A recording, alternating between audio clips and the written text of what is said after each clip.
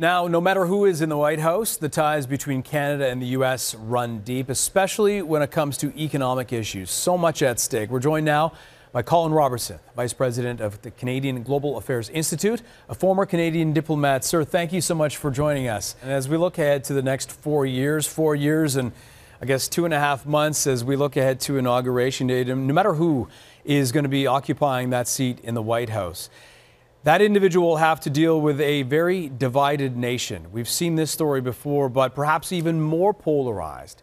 How do you see that playing out?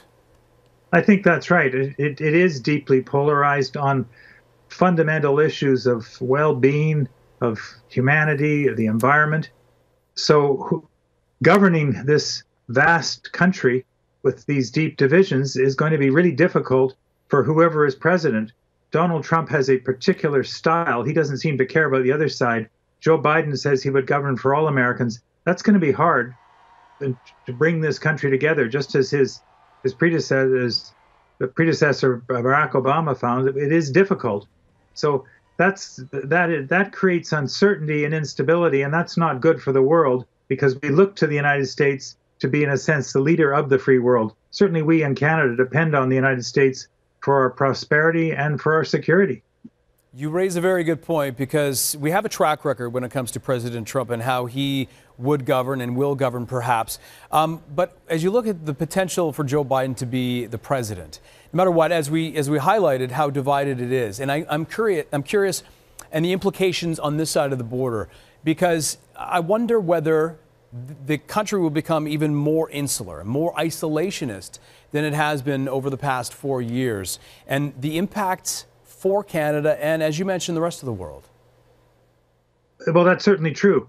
What is interesting is that polls that have been done show that Americans actually are interested in the world, but that leader then has to express that and take them forward and persuade them, because certainly the forever wars, as they call it, in Iraq and Afghanistan turned Americans off involvement internationally.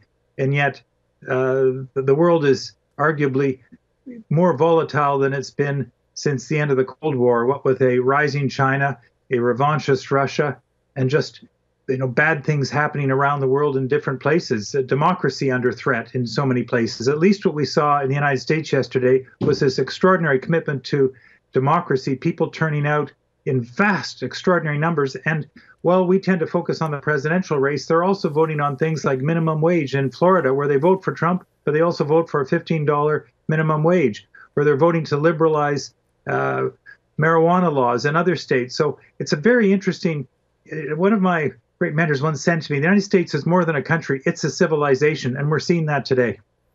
And we are watching it so closely as this plays out. I mean, they always say that when they sneeze, we catch a cold. And this is one of those situations where this is a massive impact. We really appreciate your time and your insight. Colin Robertson with the Canadian Global Affairs Institute. Always a pleasure. Thank you so much. Thanks, Anthony.